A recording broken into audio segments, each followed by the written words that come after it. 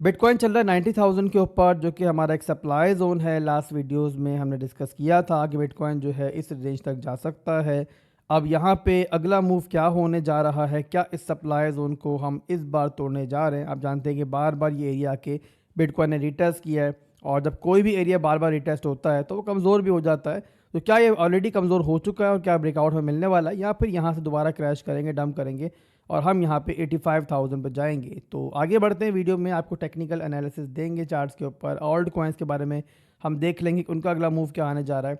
और उसके अलावा एक बड़ा इंपॉर्टेंट सवाल जो मेरे यूज़र्स मुझसे कर रहे हैं, खासतौर पर बाइनेंस के यूज़र्स, कि आसिफ भाई, बाइनेंस और पाकिस्तानी गवर्नमेंट का जो आपस में एक एग्रीमेंट फाइनल हुआ है, जो उनको एनओसी मिली है, उसके बाद आगे चलकर पाकिस्तानी गवर्नमेंट के साथ बाइनेंस यूज़र्स का कितना डेटा शेयर करेगी और जो टैक्स लगेगा वो कितना लगेगा। यानी कि ऐसी कहानी तो नहीं बनेगी कि लोगों ने माजी में जो भी ट्रांजैक्शंस की हुई हैं हज़ारों लाखों डॉलर की, उस पर सवाल होने बैठ जाए कि भाई पैसा कहाँ से आया, क्यों आया और कैसे आपने इन्वेस्ट किया। और उसके अलावा मालूम पड़ा टैक्स लगा तो वो ट्रांजैक्शन पे लग गया, $100 लगाया और $10 कट गए, या फिर अगर प्रॉफिट पे लगता है तो वो कितना लगेगा। बड़े इंपॉर्टेंट सवाल है लोगों के।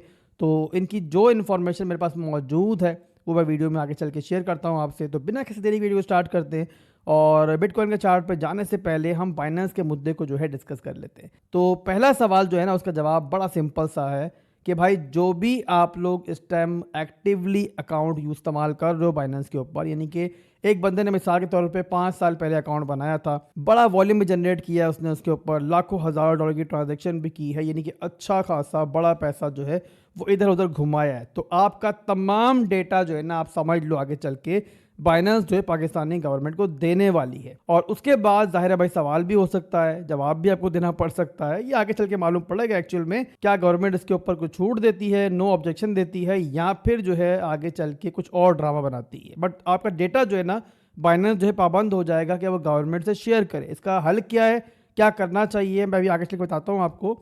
और इसके अलावा अगला सवाल आपका कि आसिफ भाई जो टैक्स लगना है वो आपका किस चीज़ पे लगेगा, ट्रांजैक्शन पे लगेगा, प्रॉफिट पे लगेगा। तो आपको बताना चाहूँगा कि अभी कुछ भी फाइनल नहीं हुआ है। इवन जो भी इस टाइम आपसे बात मैं कर रहा हूँ, कुछ भी 100% फाइनल नहीं है। बट यहाँ पे जो इन्फॉर्मेशन उड़ती उड़ती हम तक पहुँची है और हमें मालूम पड़ा है कि भाई जो फैसला होगा एट द एंड वो इसी के आसपास होगा, तो वो ये है कि अगर तो ट्रांजैक्शन के ऊपर आपका टैक्स लगता है तो वो आपका 10%, इवन 15% भी लग सकता है। यानी कि अगर मिसाल के तौर पे $100 की आपने ट्रांजैक्शन की है तो ये पॉसिबिलिटी होगी कि आपको $10 जो है, $15 जो है गवर्नमेंट को देने पड़ जाए। जैसे कि आप लोग अगर अभी मोबाइल में लोड करते हो ना, तो वहाँ पर आपको टैक्स देना पड़ता है, वैसे ही कुछ जो है ना यहाँ पे इधर भी हो सकता है। इसके अलावा अगर ये नहीं होता और आपको प्रॉफिट के ऊपर टैक्स देना पड़ता है, ऐसा मामला बनता है कि चल के, तो फिर मेरे भाइयों जो टैक्स होगा वो अच्छा खासा होगा, और इवन वो आपका जो है ना 25 से लेके 30% तक हो सकता है। बड़ी हद तक ये चांस मौजूद है कि आपका जो है इतना टैक्स होगा। खाया पिया कुछ नहीं, गिलास थोड़ा आठन है, रिस्क भी आपका, और प्रॉफिट की बारी आई तो वो गवर्नमेंट को आपको देना पड़ जाएगा। यानी कि नुकसान हुआ टोटल आपका, प्रॉफिट हुआ तो अच्छी खासी शेयरिंग जो है गवर्नमेंट की हो जाएगी। तो यहाँ पे आपको क्या करना चाहिए, तो यहाँ पे जो मैं इन्फॉर्मेशन दे रहा हूँ आपको एडवाइस ही दे रहा हूँ, जस्ट एजुकेशनल पर्पज से दे रहा हूँ कि लोग यहाँ पे क्या कर सकते हैं आगे चल के। तो जिनका अकाउंट बड़ा पुराना है और बड़ी हैवी ट्रांजैक्शन की हुई है, उन्होंने लाखों डॉलर की ट्रांजैक्शन की हुई है, तो उनके लिए तो ये है भाई कि अपना अकाउंट जो है सिंपली आप क्लोज कर दो और नया अकाउंट, फ्रेश अकाउंट बना लो। या इससे ही बेहतर ये है कि फ़िलहाल के लिए अपना तमाम पोर्टफोलियो जो है वो दूसरी किसी एक्सचेंज पे शिफ्ट कर लो। मिसाल के तौर पे बिटगेट है, बिंगेक्स है, और बड़े एक्सचेंजेस है। आप किसी भी एक्सचेंज जा सकते हो जिसकी भी लिक्विडिटी अच्छी है और थोड़ी सी पुरानी एक्सचेंज है, थोड़ी सी रेप्यूटेबल एक्सचेंज है, तो वहाँ जा सकते हो। और आगे चल के अगर इनको भी एनओसी लेनी पड़ती है पाकिस्तानी गवर्नमेंट से, जो कि लेनी पड़ेगी कभी ना कभी, तो भी टेंशन नहीं है, आपका फ्रेश अकाउंट होगा, नया डेटा होगा, नई हिस्ट्री होगी, तो आपको ज़्यादा परवाह नहीं होगी। और इसके अलावा अगर यहाँ पे आप चाहते हो कि आपको नए अकाउंट बनाने के कुछ बेनिफिट भी मिलें, यानी कि जो आप वॉल्यूम जनरेट करो, जो ट्रेडिंग करो, उसके ऊपर आपको भी कुछ पर्क्स मिलें, तो आप जो है मेरे रेफरल से अकाउंट बना सकते हो। बिटगेट का भी और बिंगेक्स का भी रेफरल लिंक जो है वीडियो के डिस्क्रिप्शन में मौजूद है। आपको जो बेनिफिट्स मिलेंगे अकाउंट बनाने के बाद, यहाँ पे ट्रेडिंग करने के बाद, कि पहली चीज़ तो ये है कि ट्रेडिंग जो भी करोगे ट्रांजैक्शन फीस में आपको अच्छा खासा डिस्काउंट मिलेगा। इसके अलावा आने वाले दिनों के अंदर रेगुलर बेसिस के ऊपर मैं बड़े बड़े गिव अवेज करने जा रहा हूँ अपने रेफरल्स के लिए, यानी कि जो मेरी टीम है, मेरी कम्युनिटी है मुख्तलिफ एक्सचेंजेस के ऊपर। ज़ाहिर है मेरा फ़ायदा ये होता है कि एज ए इन्फ्लुएंसर जो है मेरी टीम बड़ी होती है तो मेरी बात ज़्यादा सुनी जाती है, और आपका फ़ायदा ये है कि जब आप लोग मेरे पीछे होगे तो कल को कोई इशू होता है आपको, तो हमारी आवाज़ में ज़ाहिर सी बात ताकत होती है। बात ये कि आप अकेले आवाज़ उठाओ, कम्युनिटी पावर जो है बड़ी इंपॉर्टेंट होती है। और इन सबसे बढ़कर ये है कि अगर आप मेरे रेफरल्स अकाउंट बनाते हो बिटगेट के ऊपर, बिंगेक्स के ऊपर, तो बिल्कुल फ्री एंट्री जो है आपको हमारे प्रीमियम में मिल जाएगी, जहां पे अगर आप लोग फ़ी पे करो तो आपकी 15 से $20 फ़ी होती है, बट अगर आप मेरे रेफरल से आते हो तो बिल्कुल फ्री एंट्री आपको मिलेगी।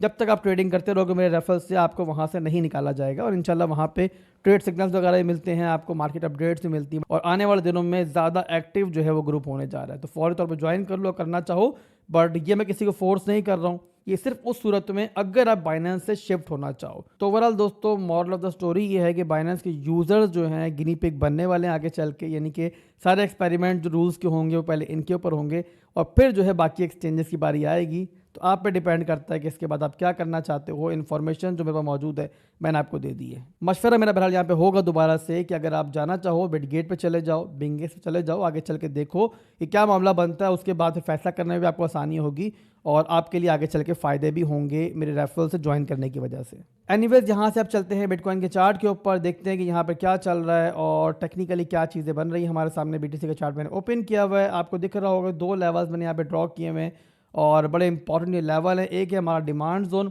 और एक है हमारा सप्लाई जोन। अगर आप देखो तो काफ़ी पीरियड से बिटकॉइन जो है इसी के रेंज में ट्रेड कर रहा है, और यहाँ से 90 के से इसको रेजिस्टेंस मिल रही है, इसके अलावा जो सपोर्ट मिल रही है वो यहाँ पे 84 से 85 के की रेंज में मिल रही है। तो अभी के लिए बिटकॉइन ज़ाहिर है सप्लाई जोन पे है, तो यहाँ से ब्रेकआउट या ब्रेकडाउन जो है अगला मूव डिसाइड करेगा। अगर तो ब्रेकआउट होता है, यानी कि 4 घंटे की 1-2 कैंडल्स जो है ऊपर क्लोज हो जाती हैं, उसके बाद एक सक्सेसफुल रिटेस्ट भी हो जाता है, तो मोस्ट प्रॉब्ली बिटकॉइन आपको 93-94 के की रेंज में जाता हुआ दिखेगा। बट इन केस अगर यहाँ पे रिजेक्शन होती है, कंफर्म होती है रिजेक्शन, तो उसके बाद बिटकॉइन दोबारा अपने इन एरियाज की तरफ जाएगा जिनमें आपका 88,000 का एरिया और 85,000 का एरिया है।